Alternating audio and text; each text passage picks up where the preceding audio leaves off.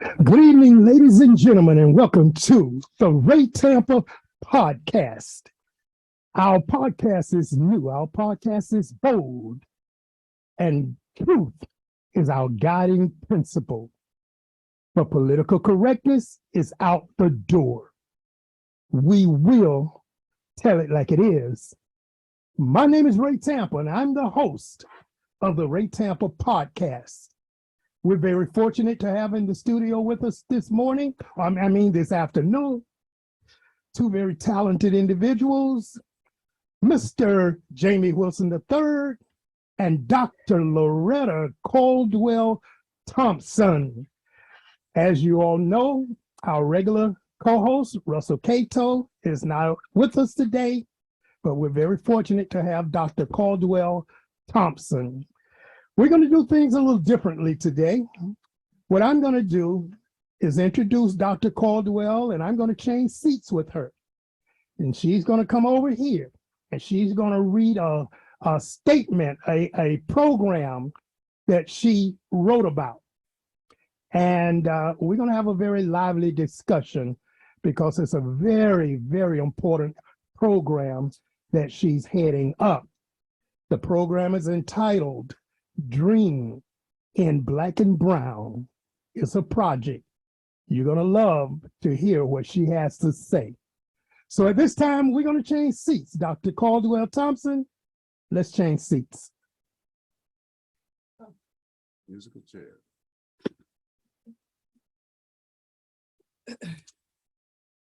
Green and black and brown. I like that.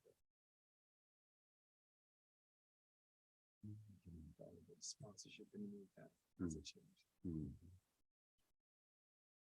Snack.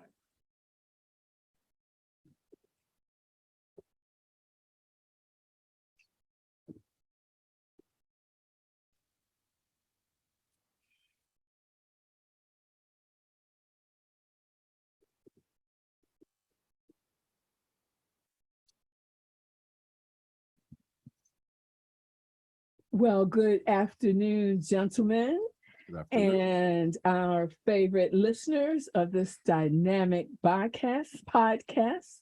My name is Dr. Loretta Caldwell Thompson.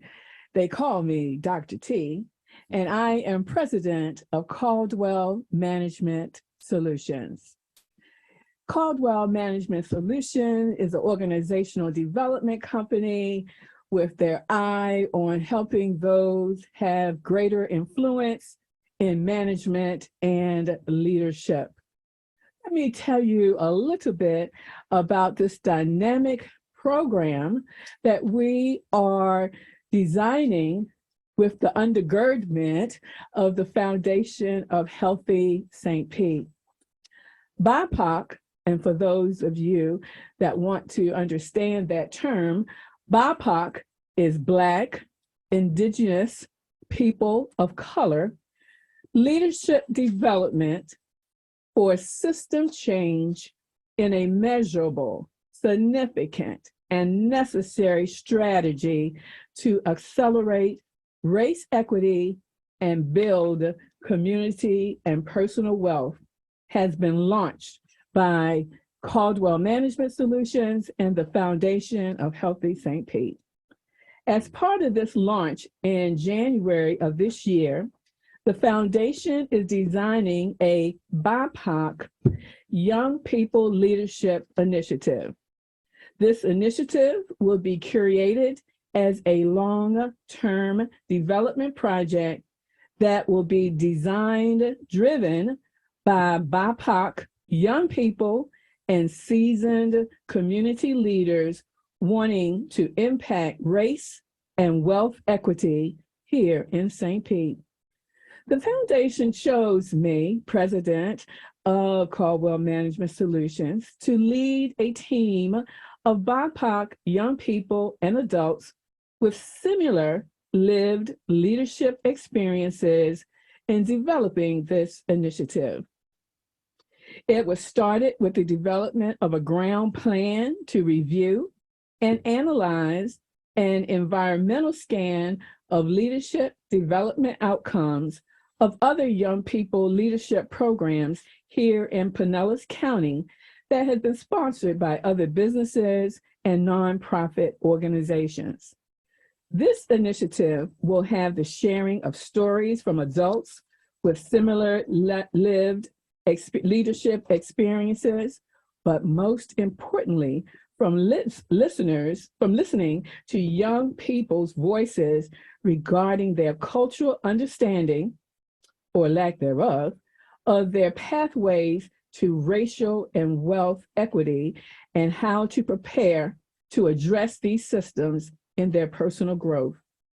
This initiative will include a BIPOC Young People Leadership Summit featuring special presenters that speak truth to power as a part of the Foundation's Leaders That Inspire series. It would include interactive learning, race equity information and activities, and diverse intergenerational ideation to ensure maximum community input. All of these component parts will be baked into this initiative, which will result in a curriculum-based document for BIPOC young people's leadership journey to race and wealth equity here in St. Pete. What would such a leadership initiative look like in creating wealth and racial equity? How would these initiatives address the various disparities in many of the social determinants of health, including physical, mental, spiritual, justice, education, and environment? What are some of the leadership pathways that could be designed that focuses on adequately supporting the life needs and creative and current practices of 21st century BIPOC youth while addressing these social determinants? You know, young people of color in St. Pete want to lead and see their community thrive, but they face complex challenges related to racial discrimination and wealth equity that hinders their progress. We will listen to their stories of facing systemic challenges, like the historical withholding of resources from communities of color, racist practices such as mass incarceration, lack of family wealth and knowledge, and limited access to career opportunities. We also are hearing their personal challenges, such as navigating racism and discrimination, dealing with mental health challenges, the imposter syndrome, lack of faith in our government, fear, and missing opportunities to work that they are passionate about. These challenges have disrupted the ability of our youth of color in St. Pete to advance their careers in all aspects of our ecosystem. The Foundation of Leadership St. Pete and Caldwell Management Solutions have pledged to offset these barriers by giving our youth the opportunity to thrive no matter their background. The goal is to create spaces throughout the community that will generate discussion and produce outcomes about the ways that the BIPOC Pinellas County can develop young community leaders to disrupt the political, financial, educational, economic, and social systems to achieve racial and wealth equity and have a social impact on the community. We are collecting the knowledges and experience of these youth. We're going to respect and protect others so that we can change the world. Already individually bigger in their possibilities than either of us knew to dream about for them or ourselves, they are our perfect eclipse. We are blessed to honor and witness their walks. We are going to learn from their courage, invest in their dreams, and sponsor their fun as we develop this initiative. So, gentlemen, I have given you a general overview of this initiative and what we are planning to do. And it gives you snippets of how we are going to do that. So tell me, what questions that you might have in regarding the initiative as I have outlined? Well, I certainly agree with you. You have given us quite a bit of information about Yes. what you're attempting to do. I applaud you. I really applaud you and the Healthy St. Pete Foundation in terms of what you're trying to do with this project. On this particular podcast, the Ray Tampa podcast, we have week after week after week talked about a lot of the same challenges that you're trying to address. Right. In talking about the discriminatory behaviors of our present governor, the racism of our present governor, the racism of so many others in our government. I'm pleased to know that you're trying to give our young people the empowerment to deal with those challenges. So what I'm going to do is ask this particular question, and your opening statement causes me to ask you to expound on it. Talk in detail about that opening statement whereby you talk about the system changes that are measurable, significant, and necessary to accelerate race equity and build community and personal wealth, ... So share with us. Okay, I'm happy to do that. And anytime when you have a big opening statement like that, let's break it down. Break it down. Let's break it down. Okay, I've explained to you what BIPOC was, Black, Indigenous, People of Color. Leadership. Now, again, this particular initiative is not talking about leadership regarding positions and title. We are talking about leadership being people or persons of influence. Mm-hmm. And that way it can cross many genres of people, okay? Mhm. Well, our young people who we Right. are targeting. Right. When we look at system change, let's define what system change is. System change is intentionally seeking and hearing and then changing the dynamics around a particular problem or issue. Okay. Then we say measurable. When we get to measurable, that means data, quantifiable data, qualitative data that will be a part of this initiative. We say it's necessary, meaning we got to have it. And we say strategy, which is a method to accelerate, which is to advance race equity. When we talk about race equity, we're talking about processing and of eliminating racial disparities and improving outcomes for all, and build community and personal wealth. That means value and money that this initiative is going to have as its backdrop. Okay. Right. So again, we're looking at this being about persons of influence. So many times these young people are in leadership programs where they are leaders or have scored high grades. But this one will also look at those that are college bound, those that want to go the vocational track, and those that want to go the entrepreneur track, so that we are crossing all of the youth that we want, that we don't want to leave anyone out as we develop this piece. Well, that goes into my next question, if you don't mind. In part, that goes into my next question. First, I want to say you did a great job in breaking it down. Yes, you broke it down well. All right, she broke it down. Yeah. All right, next question here. The foundation is designing a BIPOC young people leadership initiative, as I heard you say. Correct. What is the age range of the people you're seeking to work with? And how are you selecting the young people for this initiative? Okay. The age range is from 16 to 25. Okay. How are we choosing them? We are choosing them in many ways.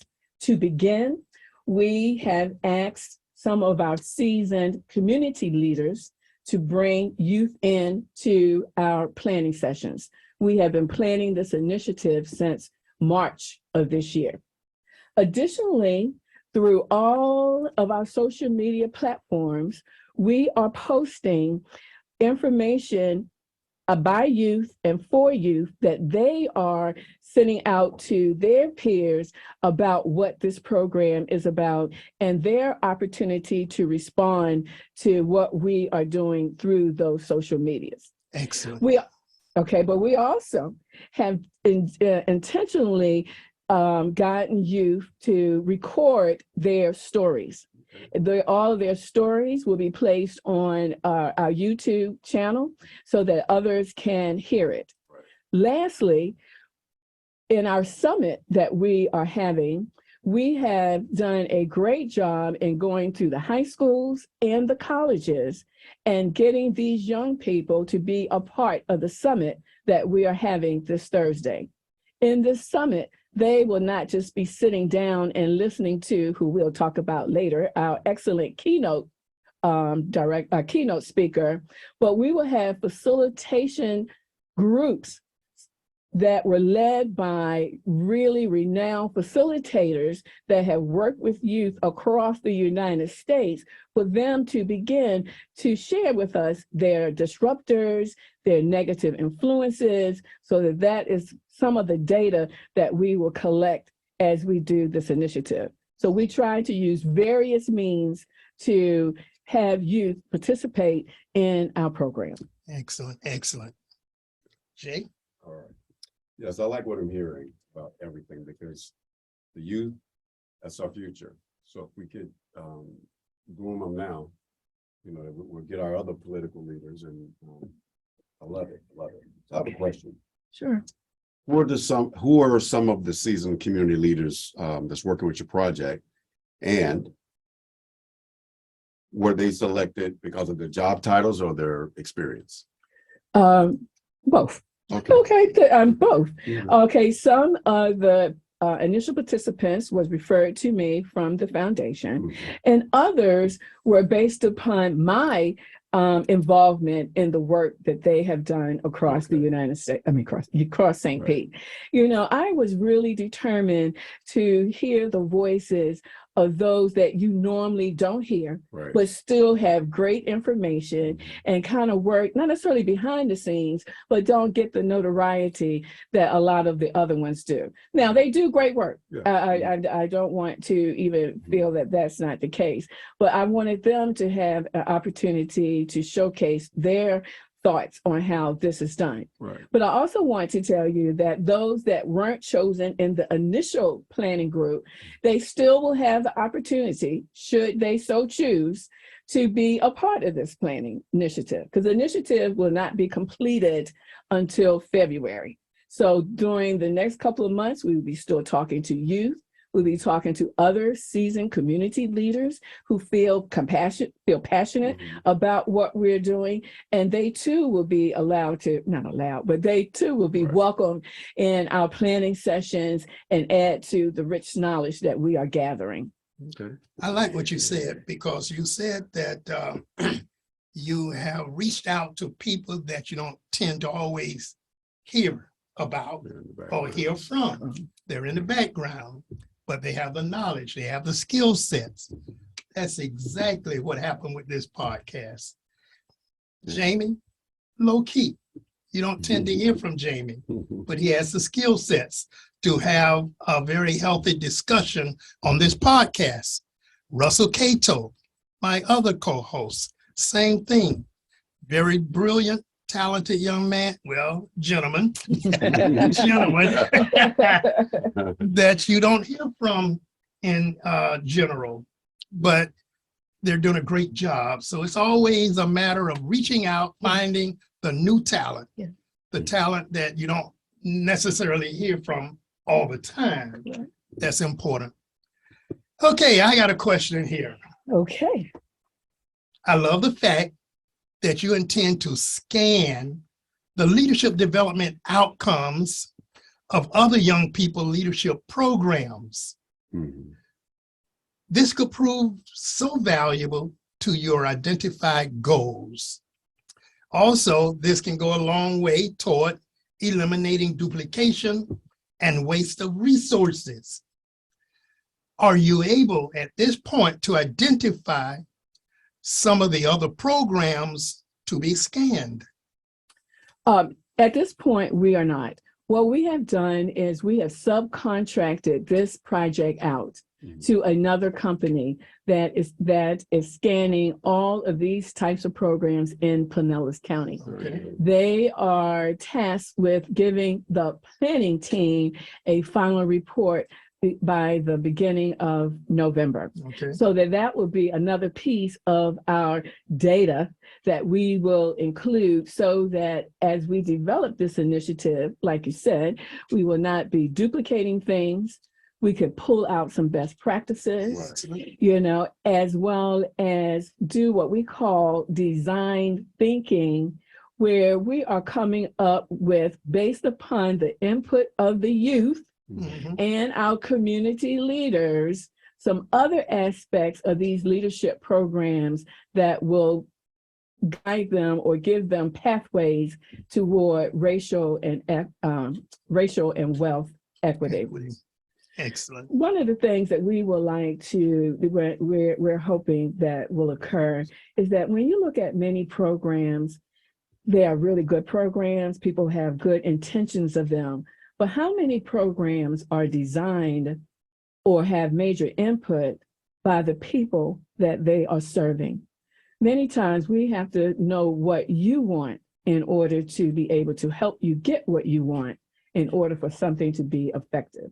So that's why our youth involvement and in conjunction with our community leaders are so important as we design this initiative. Very smart, because what you're doing is you're reaching out and getting input from the people that are really impacted Exactly. by what you're trying to do. Exactly. It would be ridiculous to ignore the advice and commentary of the youth. Exactly. You Exactly. could Good form a point. program around that. Yes. Because you know what's needed. And like you said, get rid of the nonsense. Right. It's And you not also necessary. get more buy-in. I Right. think when you feel that they have been a part of something and that they helped design it, Yep. trust me, you will get more input from them. They will get excited.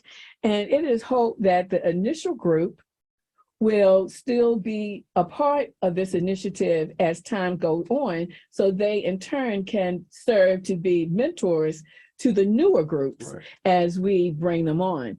And we will go down in age, trying to get them younger and younger, because you know, you got to get, you got to get them out the womb almost, but no, but you got to get them earlier. But this is the age range that we thought will help us design it and get it started, get out the Nixon bolts and stuff, make sure we have great practices so that when we bring in the next group and continue with that first group, that things would get better and better and better. You know, we're going to expand the box or maybe just eliminate the box and go forward. Ladies and gentlemen, I want to say to you, we have more questions. We do have more questions. But I do know that Dr. Caldwell Thompson wants to talk about her guests for Thursday. So we're going to hold off the questions at this point because of the time concern. And I want to remind everyone that you're listening to the Ray Tampa podcast. We have a featured guest this afternoon, Dr. Loretta Caldwell Thompson. Dr. Thompson, talk to us about your guest speaker for Thursday's summit. Okay, I am too excited. I am too excited. Who we have chosen, and he has gracefully accepted our invitation, is none other than Dr. Michael Eric Dyson. People want to know why we chose him. I mean, you know, this is a youth summit. I mean, he's not like he's 20 years old or anything like that, but he is one of our leaders that can speak truth to power to older people, to seasoned adults, as well as he knows how to communicate with young people in ways in which they understand what he is trying to say. So to have a keynote speaker of that magnitude coming to St. Pete and be able to talk to these two different groups we thought was the excellent combination of what we need to bring in the material, information, suggestions, thoughts we need as we design our leadership initiative. So Dr. Eric Michael Dyson, I know I need not give you any more. Once I say his name, everybody has a plethora of books on various aspects of racism and youth involvement. He will be there, and you'll be able to get some of your books signed, take pictures with him, but still listen to what he has to say so that we can take his seeds, his nuggets, and tailor them to what we need here in St. Pete in order to develop this leadership initiative. Great, great, great. Now, Doctor, tell us the date, the time of your summit. Okay. And location. Okay. It's going to be at the Center for Health Equity. First of all, it's Thursday, this coming Thursday, October the 20th. It will be located at the Center for Health Equity, 2333 34th Street South. The networking and continental breakfast will start at 8:30 to 9:15. We will have youth panels. We will have music by youth. Then Dr. Dyson will give his message to us. After that, we will have breakout groups, 3 full of young people and 1 for adults. Like I said before, we have renowned facilitators coming in. Dr. Carl Lavender will facilitate the one for adults, getting them to be even more of a change makers here in St. Pete to assist this. And then after that, we will gather all this data. We will feed you. Chef Ray, one of our famous Not me, not me. You know, then we would feed, and then box lunches for the young people that have get back to school, and that for those that still want to network with us, we'll have different vendors there, not selling things. Like for instance, we have a young man that we call the Black Banker. He's only 23, and he's giving lessons, books to young people how to do financial management. Awesome. People, listeners, please make plans to attend this very important summit. Get your kids there. Yes. I don't mind if you skip school that day. Get them to that summit. It's extremely important. So what we're going to do is we're going to wrap up things at this point. And I'm going to say to Dr. Caldwell Thompson, thanks for being here and sharing with us that very important information. To my co-host, Jamie Wilson, as always, I really appreciate your presence and your participation and your discussions.